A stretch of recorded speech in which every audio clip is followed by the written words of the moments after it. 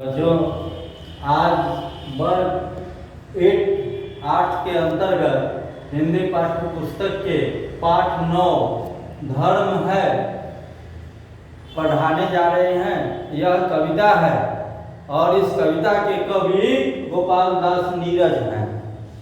बच्चों, इस कविता के माध्यम से कवि गोपाल दास नीरज जी धर्म की परिभाषा दिए हैं। क्या दिए हैं? कवि गोपाल दास नीरज जी धर्म की परिभाषा दिए हैं। धर्म क्या है उसके संबंध में उन्होंने स्पष्ट कर दिया है। आजकल के लोग धर्म क्या है उन्हें कुछ पता नहीं, बस राम नाम जपना, पराया माल अपना, वो इस फिराक में रहते हैं। वो अपने पास जाल, महाजाल, फांस अर्थात लोग लालच, स्वार्थ रूपी जाल, महाजाल और फांस लेकर चलते हैं। जहाँ जैसा जो पकड़ा जाता है उस पर वैसा यूज करते हैं। यही दुनिया की रीति है, परंतु इस रीति से बचकर हमें चलना चाहिए। इन कुरीतियों पर हमें कोई ध्यान नहीं देना चाहिए और अपने धर्म का पालन करना चाहिए। अपने धर्म को समझना चाहिए, अपना कर्तव्य को समझना चाहिए। ऐसा नहीं कि धर्म के नाम पर दंगा करवा देना चाहिए। यह धर्म नहीं है। आपका कर्म, वाजिब कर्म क्या है, आपका अच्छा कर्म क्या है, आपको क्या करना चाहिए, यही इसी बात का जवाब धर्म है। एक दीपक का उदाहरण बच्चों इस कविता में दिए हैं। देखिए, एक दीपक जल रहा है और उसको हवा जो है जलने नहीं देती है।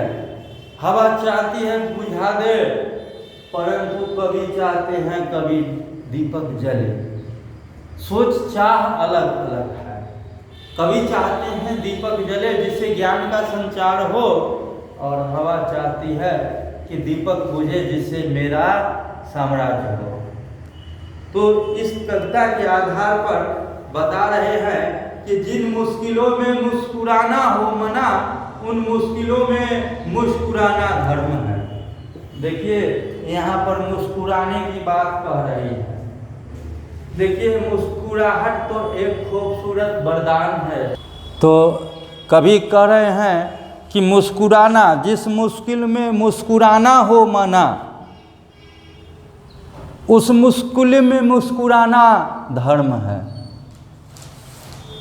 देखो, यहाँ मुस्कुराने पर विचार दिए हैं। इंसान को हमेशा मुस्कुरा के जीना चाहिए। यहाँ मुस्कुराहट पर बताया है कि इंसान के मुस्कुराहट अद्भुत तोहफा दिया है प्रकृति ने, क्योंकि मुस्कुराने से शरीर स्वास्थ्य प्रफुल्लित होता है और स्वस्थ बनता है। हार्मोन्स स्रावित होने लगता है जिससे खुशी महसूस होती है।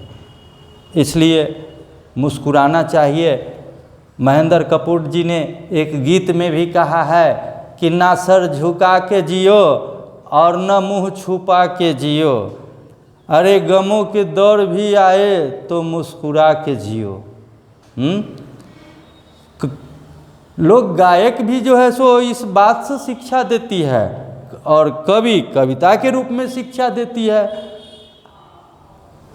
हमेशा आप डॉक्टर क्लिनिक में जाएंगे तो उसके क्लिनिक में रहता है लिखा हुआ, हमेशा मुस्कुराते रहिए, खुश रहिए। तो यह धर्म है मुस्कुराना। मुस्कुराने से आप प्रसन्न रहेंगे, स्वस्थ रहेंगे। मैं ही कभी कभी कहता हूँ आंसर देने के लिए कि जो भी उत्तर दो तुम मुस्कुरा के दो, जो कहना हो मुस्कुरा के कहो। क्यों कहते हैं?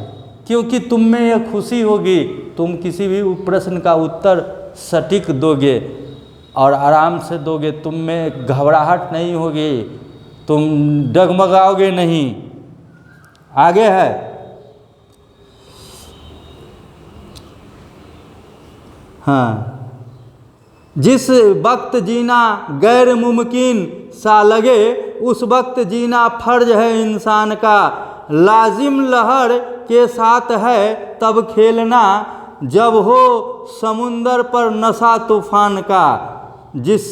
देखिए ये समंदर और तूफान और नाव का बात हो रहा है, कश्ती के बारे में। लाजिम लहर के साथ है तब खेलना, जब हो समुद्र पर नशा तूफान का। अब यहाँ है कह रहा है कि जिस वक्त इंसान को गैर मुमकिन सा लगे जीना मुश्किल, जैसे अभी बना हुआ है, लोग को बुझाता है अब जीना मुश्किल है, अभी गैर मुमकिन है, बड़ा ही मुश्किल है अभी, तो उस समय में इंसान को मुस्कुरा के भी जीना चाहिए, हैं? हमेशा गमों को भुला के जीना चाहिए, और जो भी कहना चाहिए मुस्कुरा के कहना चाहिए, सारे शिकवे गिले भुला के कहना चाहिए। फिर क्या कह रहे हैं कि जब लहर के साथ है तब खेलना, जब हो समुंदर पर नशा तूफान का। तूफान जब समुद्र पर आया हो, समुद्र में तूफान उत्पन्न हुआ हो, तब लहर के साथ खेलने में आनंद आता है, क्योंकि उस लहर में तूफान का प्रभाव रहता है। नाविक अपनी साहस का परिचय देता है, क्योंकि नाविक को अपने नाव के साथ जब लहर का सामना करना पड़ता है, तब उसके साहस का परीक्षा होती है। जिस वायु का दीपक बुझाना ध्येय हो, उस वायु में दीपक जलाना धर्म है। देखिए बच्चों, दीपक जलाना धर्म है, अब वायु बुझा रहा हो हवा, तो दीपक का परिचय लेखक क्या दिए हैं कि हमारे समाज के भी कुछ सामंत लोग, कुछ असामाजिक तत्व के लोग, कुछ गुंडे लोग चाहते हैं कि हमारा दबदबा बना रहे, हमारा मनों के अनुकूल काम हो। ऐसे में संभव नहीं है, हैं? उसका प्रतिकार करना चाहिए। ये लोग चाहते हैं कि हम दीपक को बुझा दें, जिससे प्रकाश फैले नहीं, चारों तरफ अंधेरा कायम रहे और हमारा मनमानी चलता रहे, और कोई ज्ञान की दीपक जला रहा हो तो उसको जलने न दे, उसे बुझा दे। और उस घड़ी में जब कोई विरोधी खड़ा हो जाए तो दीपक को जलाना, रक्षा करना हमारा धर्म बन जाता है। देखो बच्चों, कहा गया है कि सबल सबल को सहाय है, केऊ न निवल सहाय, पवन जगावत आग को दीप ही देत बुझाए। कह रहे हैं कि दीप को जो है हवा, तुम अच्छा काम करो तो दीपक जलाओगे तो हवा जलने नहीं देगी, उस दीपक को जलने के बावजूद भी उसे बुझाने का प्रयास करता है। परंतु अगर किसी के घर में आग लगा दो तो देख लो कि हवा उस आग को और फैला देता है, एक घर से दूसरे घर में प्रवेश कर जाता है, दूसरे घर से तीसरे में प्रवेश कर जाता है। तो यही उस घड़ी की बात लेखक कह रहे हैं, दीपक के बारे में कह रहे हैं कि दीपक ज्ञान का प्रतीक है। अगर कोई ज्ञानी व्यक्ति आगे बढ़ता है, ईमानदार व्यक्ति है, बढ़ता है, तो जितने भी इनके विपरीत लोग हैं वो एकत्रित होकर उसे रोकने का प्रयास करता है। अब है क्या कह रहा है, उसकी खबर में ही सफ़र साल कटे, जो हर सफ़र से हर तरफ हो बेखबर, जिस आँख का आँखें चुराना काम हो, उस आँखों से आँखें मिलाना धर्म है। देखिए, आँखें चुराना का मतलब क्या हुआ? कुछ लोग आँखें चुरा के चलते हैं। क्यों आँखें चुरा के चलते हैं? वो आँखें चुराने का मतलब क्या होता है? मुंह छुपाना। हम चल रहे हैं तो कोई देख लिया तो हमसे वह बचकर चलना चाहता है, तो मुंह घुमा लिया इधर और चल दिया उधर, उल्टा दिशा में उधर। इसको ही मुंह चुराना कहते हैं, आँख चुराना। लोग आँख चुरा कर चलते हैं, आँख चुरा कर छिप कर क्यों चलते हैं? उनकी मजबूरी कुछ है तब तो छिप कर चलते हैं।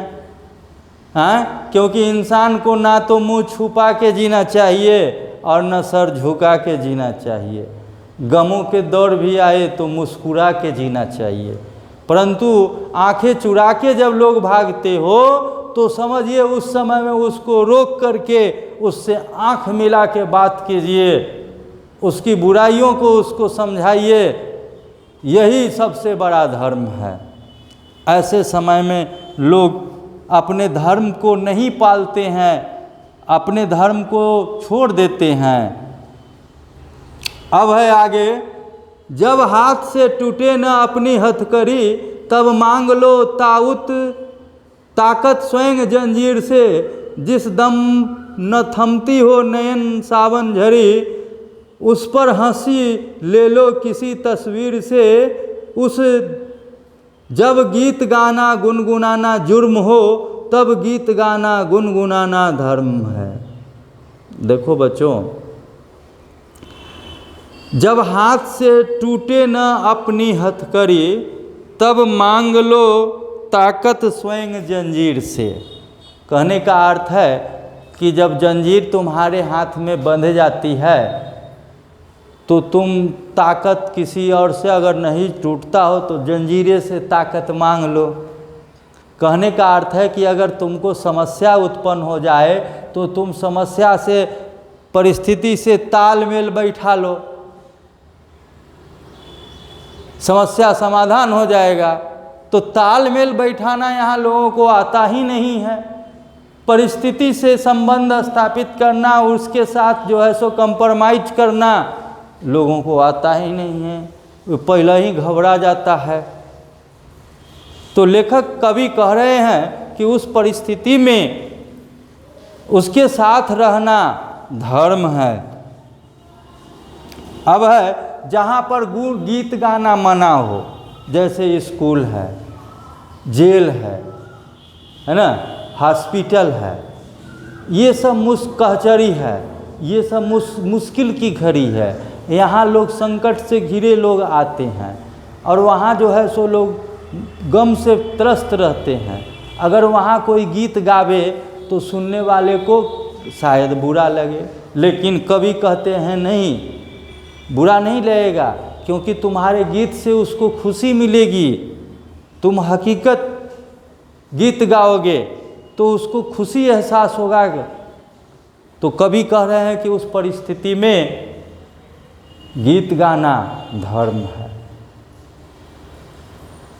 अब समझ सकते हैं बच्चों कि आगे कवि क्या कह रहे हैं।